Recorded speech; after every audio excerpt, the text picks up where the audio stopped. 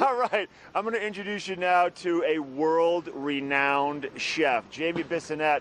Jamie, thanks for being here this morning. My pleasure, hey, man. So real quick, I'm not going to go into the details, but I was checking out your profile online today, and I wanted to print it all off, but it was like 25 pages of information, accolades about you and all these things that you've done within the culinary industry over the years. So hats off to you. You have amazing stuff happening. You live in Boston.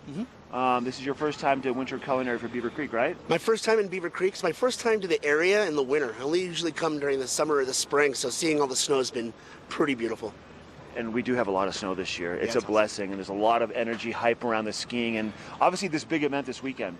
First, let's get into like your story. Like we were doing it off camera. I said, if you were to tell me one thing that defined kind of who you are and what you're known for in the kitchen, what was it you told me what it was about?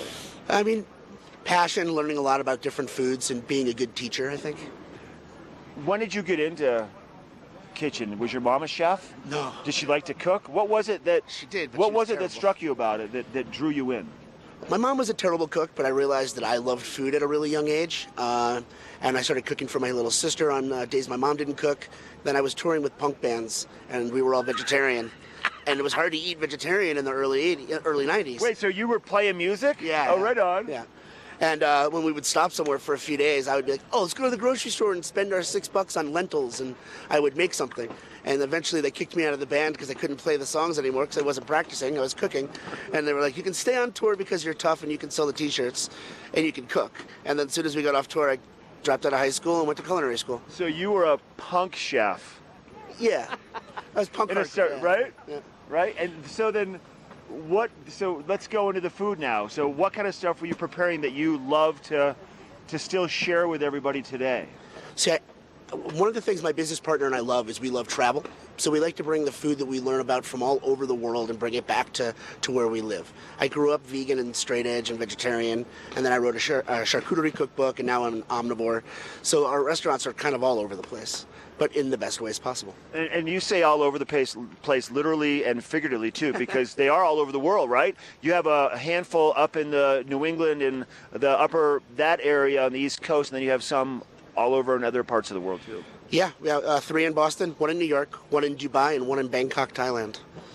Have you been to Dubai on a regular basis? Because that's one place that I would love to check out. That's kind of unique, isn't it? A unique area? Oh, Dubai is right? wonderful. It's like a modern LA. It was a little bit different. No bacon, but really great place. I love the people. And you can do this inside a mall. That's right. You can ski inside the mall there. That's right. What are you doing here for culinary? What can people find you doing while you're here? Oh, well, you missed me yesterday. I did a snowshoe lunch at the Pines, which was great. We had a really great time at Cross Mountain Grill. And then tonight we're doing the grand tasting. And then tomorrow you're headed out? Fly out early tomorrow morning, head back to Boston. Got to get ready for the Patriots, you know? Yeah, you do got to get ready for the Patriots, and I'm a New England fan also, so hats off to the Patriots, and let's see what happens. Thank you for your time, buddy. Mark, great to meet you. Nice Thank to you very meet much. you. Stay warm. I will. We talked about it off camera. He acclimates just fine to this altitude. You know how to prepare for it. Any skiing in the future for you today or no? No skiing. I retired.